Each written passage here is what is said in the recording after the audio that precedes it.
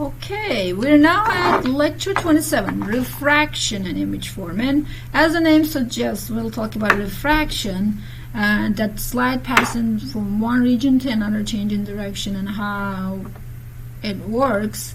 And we'll talk about critical angle when we have total internal reflection, and understand how image forms with refraction. So as these figures shows here, light comes from air to water here, it changes direction. That's what refraction is. What actually happens is that index of refraction, what we call changes, if I call this N1, N2, they're different, and that changes the speed of light inside the water, and we have change in direction. It slows down and it changes direction. How it changes direction is if we send a light from a low index of refraction to high index of refraction. We use N for the index of refraction, so low N to high N. Incoming light here will have an angle with the normal. That's the line perpendicular to my surface. It will get closer to the normal, so gets closer to the normal. If I am sending the ray back, it behaves similarly, but this time it will go back along the same line. So if I send from high index to low index, notice here the ray is going in this direction now, right? It will go farther away from the normal, gets farther from the normal.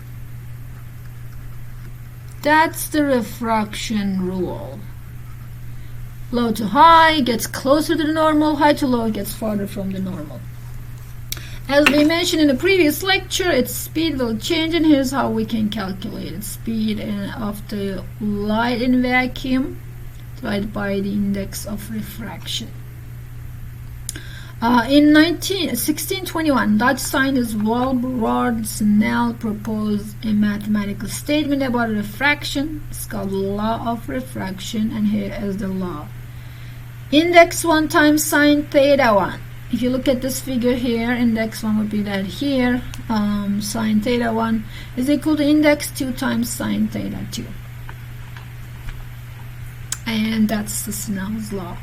It's pretty much plug and chug equation. If you get any question, some are given and you'll be calculating some values. It could be n1, n2, sine theta 1 is given, you calculate theta 2, and so on and so forth. But you have to be really careful about the fact that your theta 1 and theta 2 are always angles with the normal, not the surface. A very common mistake.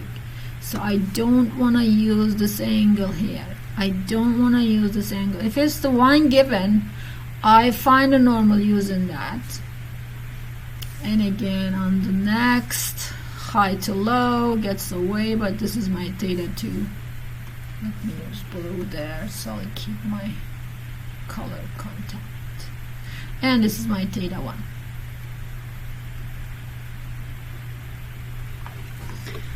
Here are some index of refractions. They will be given to you when needed.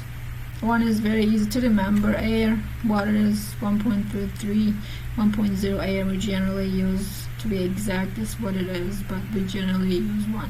So what we're going to do here to analyze situations with refraction is very similar. Draw a ray diagram. Look what is happening to the ray from one medium to another. Make sure you draw your normal to be able to see that, and show the ray bending. Label everything properly. Angle of incidence and refraction always from the normal, and use Snell's law then to solve. So if there's a Snell's law question, don't miss it. There also could be conceptual questions. All we have to remember is high index to low index, what happens? Ray moves away from the normal, right?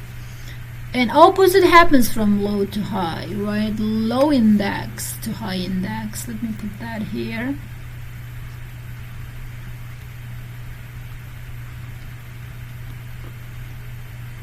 So if the light is passing from low index to high index, it moves towards the normal. So that's how you will look at the rays, or that's how you will send your rays and see what is happening. And that's what we will use to analyze which one has higher index. This question is about that. A laser beam is passing from a medium 1 to 2, is refracted as shown, which is true. And one is smaller and one is larger, or we can't say. First thing first, I have to draw a nice normal. And I have to make sure it's perpendicular. It's very close to perpendicular, so I will see what's happening here. There we go. And I'll mark my angles. Let me mark my angles with blue. It's coming from here, right? That's the direction. It doesn't matter which direction it is. I can still see what's happening. On theta 1 is this, but I'm going to keep my conventions. Theta 2 is that. What am I seeing here? Theta 2 is larger, so it's going away. If it's coming from N1, or if it's coming from N2, it will be going towards. The same idea here. So N1 is high index. N2 is low index, because the ray is going away from the media, from the normal, as it goes from N1 to N2. So N1 is larger than N2. That's how we will find the comparison if they have a ray given to us. Sometimes it could be like this question: which path is correct? We have a prism, glass prism, air here. Air has low index. Glass has high index. So from air to glass to air again, it's from low index to high index, then to low index again. So from low index to high index, I draw normal lines for you here. I have to be really careful about making them perpendicular. If I have a little bit of mistake, it should be okay, but too much mistakes. Sometimes you folks draw normals like that. That's a really big mistake. You don't want to make that. It should be perpendicular overall to the surface, and my surface is tilted here. Then I look at the angles from low to high. Low to high. My ray should be going towards normal. If that is not happening, which is not happening, it is actually going a little bit away, that's not correct. Cancel that guy. Here, if I go from air to glass, it's going towards normal. That's good. That works. But from glass to air again, it's going towards normal again. It should be high to low, right? It should be going away. It should be that. So that's a cross. That's a cross. Over here, incoming from air to glass, going away. No, it should be going towards. Only D is left, so that should be the answer. But let's see if it works. Air to glass, going towards, good. From glass to back to air, going away, good. So check mark, check mark. And that's the answer.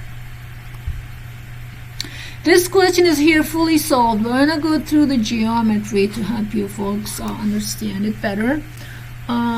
We are given this light ray. It's actually a beam, so it's given more realistically, but I'm gonna draw one light ray to clarify it a bit. I'm gonna draw one ray up here, and that's the ray we are gonna be looking at. Alright, I didn't do a very bad job here, so let's leave it as this here. So the question says this angle here is 22.6 degree, but I can't use, actually I'm going to redo that. Let me go over the angle a little bit. So I'm going to use straight lines.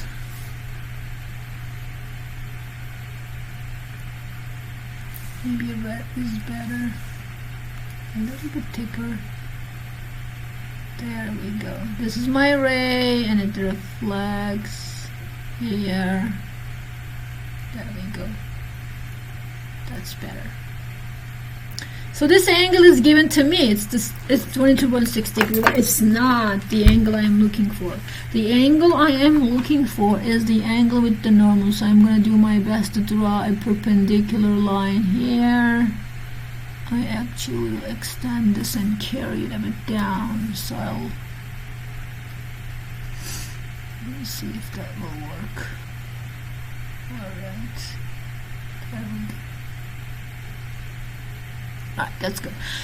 This is my normal overall. I have to draw it perpendicular to my surface. So notice here, this angle is perpendicular. Maybe I'll show it here. That won't be in my way. That's the normal. That's important to draw. Alright. Now I am going to find the angle I am looking for. And the angle I am looking for is this angle, right? Now, and this angle here. This is my angle of incident. I'm going to call this theta 1. Maybe do a better job here. I'm going to call it theta 1. And I'm going to call this theta 2. Notice here, I had a situation here that tells me this angle and that angle are equal. Those are inverse angles. So if I have this situation anywhere geometrically, these two angles are inverse. Alright. These two angles are inverse and equal to each other. That's the situation we have here. And also these two angles are inverse and equal to each other. That's a geometrical rule. That's the rule I use there. So I did some thinking here. If I find this angle, I am done. How can I find that angle? Right, that's all I need here. Theta 2 will be that angle plus 22.6. And that will be my theta 1 as well, because it's the angle with incoming ray. Right, this is my incoming. And that's the angle with outgoing ray. And I can easily find that. Maybe I shouldn't have written incoming here. I'll delete those because I need to show the angles. If I look at this triangle here, folks, I'm going to try to draw it for you so you can see better in this video. Okay, start over. Not a good job. This triangle, this yellow triangle, right? How will I draw it? I have 30 degree there, and I have, look, 90 degree here. 30, 90, this should be 60 degree. Interior angles adds up to 180, right? That's 60 degree. Now over here I have normal. This is 90 degree. Some part of it is 60 degree. That green angle there, let me put it green, will be 30 degree. And that's my theta 1, 30 degree. And then this is also 30 degree. And I am done. Theta 2 is equal to 30 plus 22.6. I'll find that. Theta 1 is 30, and I will apply Snell's law to find what I am looking for. What am I looking for is the index of refraction for the prism. I'll call this N1. N2 is air, so it's 1. So I'm going to apply Snell's law. Put everything in that I know and calculate my N1. And here is the answer.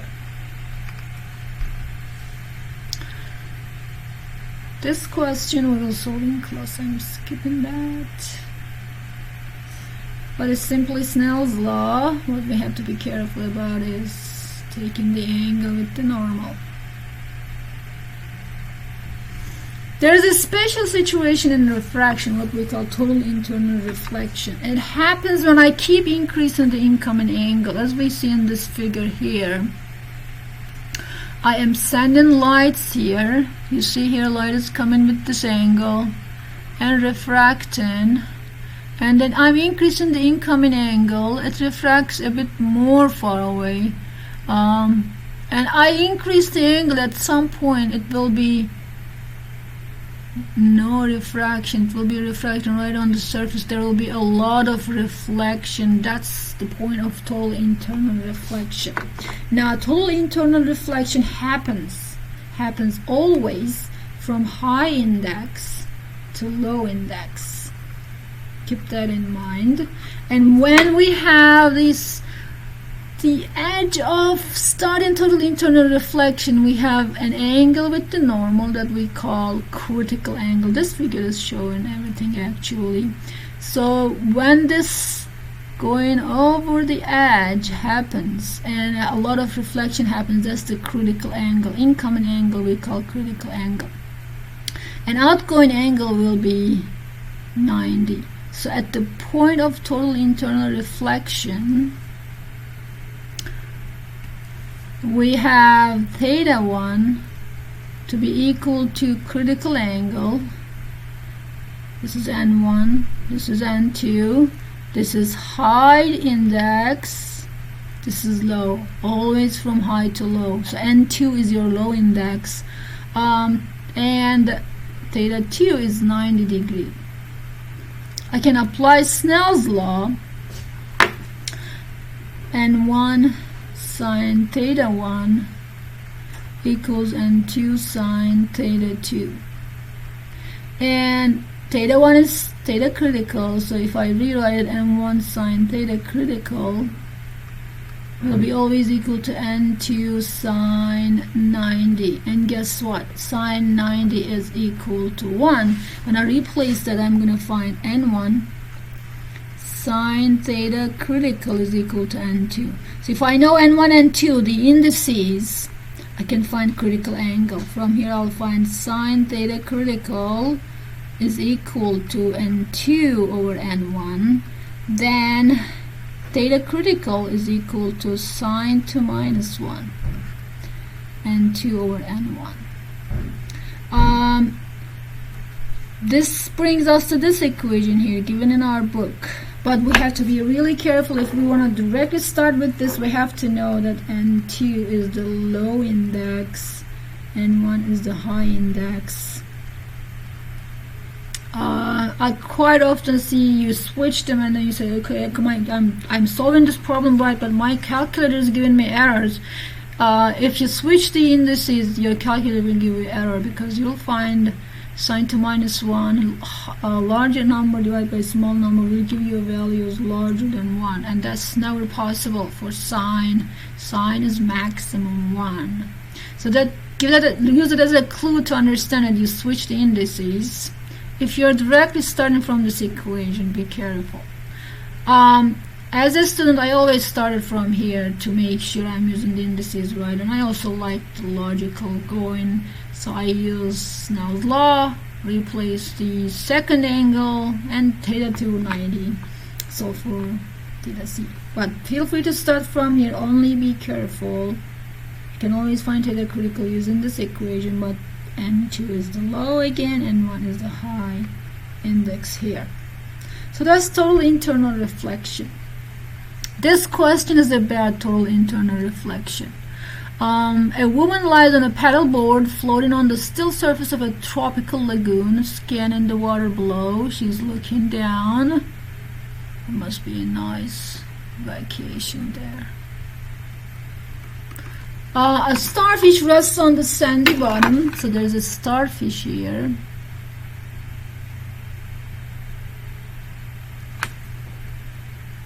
Three meters below, this picture is nicely showing everything. We have water and air. 1.33 is the index of water and 1 is the index of air. What is the diameter of the circle on the surface of the water inside which the woman can see? This might be hard to comprehend if we don't have this idea of total internal reflection. So we know from refraction that there will be lights coming and refracting away from the normal, so we show some of them here. Let me draw a normal, so this will also help us to review. High index to low index. Just the color here. Our light goes away from the normal. Okay, not a good job. I have to draw it at the point light hits the surface, right? So something like that is good. Goes away, you see, incoming, outgoing. And here too. Okay, overall good.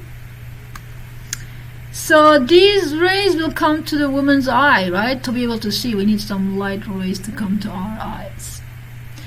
This angle is larger than that. This is theta 2, this is theta 1.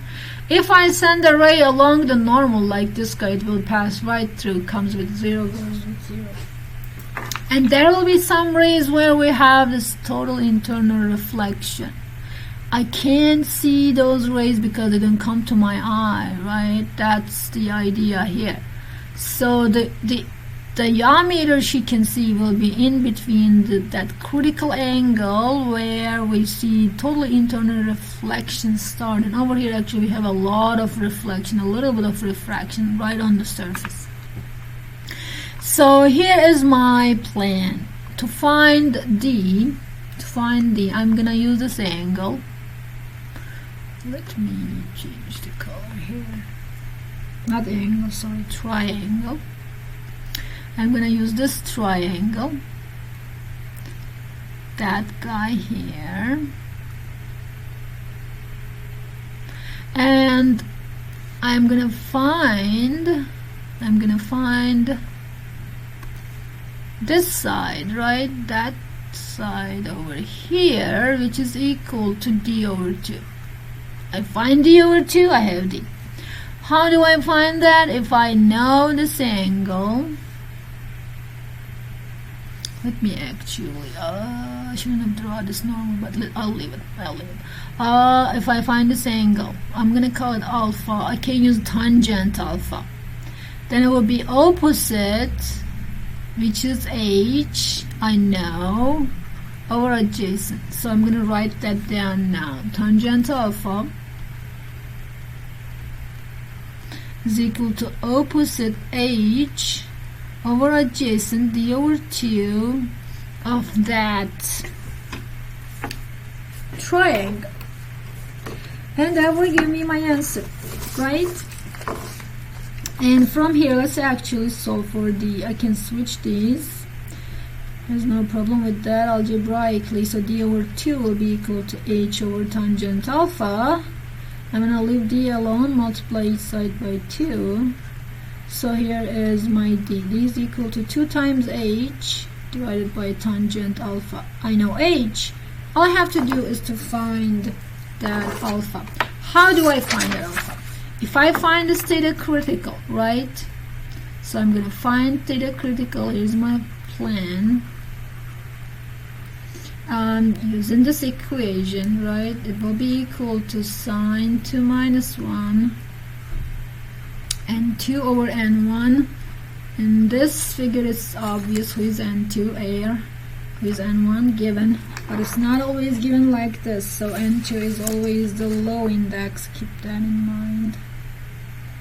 Let's remember that.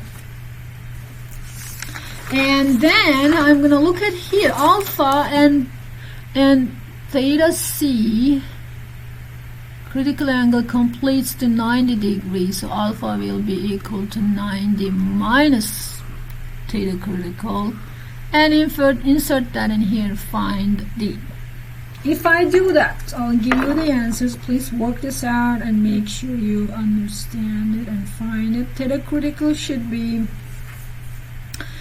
about 48.8 degrees, 75 actually. You can also complete this to about 49 degrees. Insert it in here, you'll find alpha to be about 41 degrees. Insert it in here, you'll find D to be 6.9 meters. Alright, that's this question. There are many applications of total internal reflections. Binoculars uses that. Light from the stars, the moon comes, it has to come to our eyes nicely, right? Our eyes are here. So we reflect them here using prisms, total internal reflections, then again, and then we use another lens. We didn't get the lenses yet to collect it into our eyes, so we see nice, clear, big image of what we're looking at that we can't see with the naked eye. Information technology uses fiber optics by repeatedly reflecting light internally along small cables and reaching us information without loss of energy or very little loss of energy. They're arranged in a way that light comes out exactly at the tip. Energy carried nicely. This picture is nicely showing that. And here's how they are made of. There's a protective color and there is cladding around to keep the energy in, and then we have the fiber optics in there. Endoscopy. Closed operations uses endoscopy. And what we have inside this device is a repeatedly reflecting light coming out only here, nicely collimated, collected energy. So a little bit of light can be collected to see inside dark places like patient's body and operate on them. Physics is everywhere, folks. Image forming by refraction will be more important when we get to the lenses, but we can also talk about it. We look at the water and we see image, right? How we see them. Simply, we'll send two rays again, and we'll look where they intersect. Like in here, I have an object in water. I send two rays. As they come to the surface from water to air, they direct away from the normal. If I send one along the normal, it will directly come, no refraction. And then here, we send three rays here.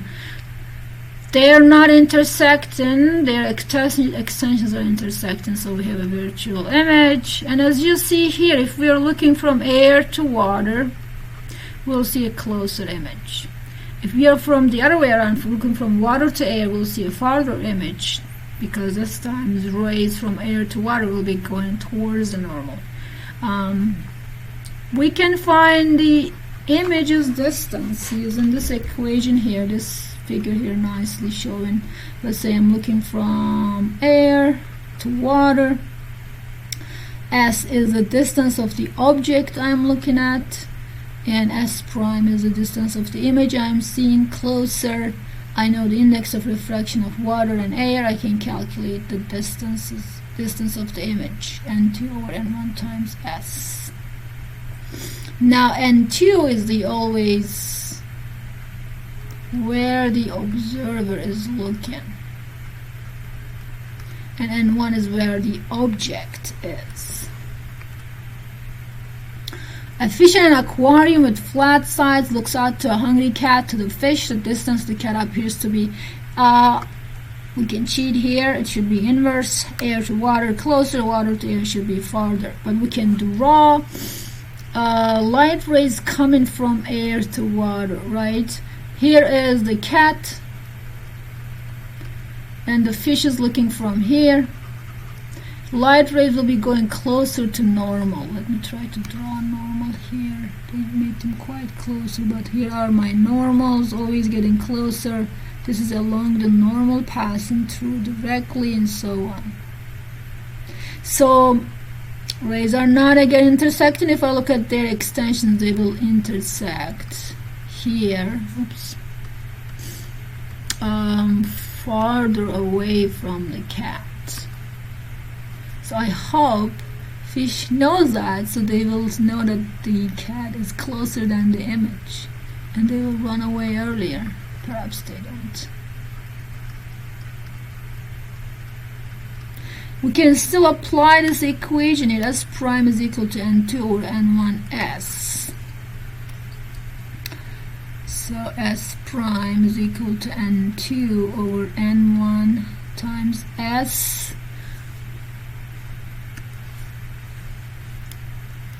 this would be my S, right? Distance of object. This would be my S prime. Now S prime is larger. And 2 would be where the observer is. And 1 would be where the object is. Observer. Media, medium. And objects, medium.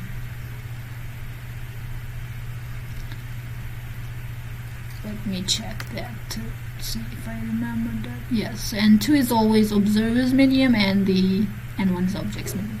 Alright, that's all for this lecture, and see you in the next one.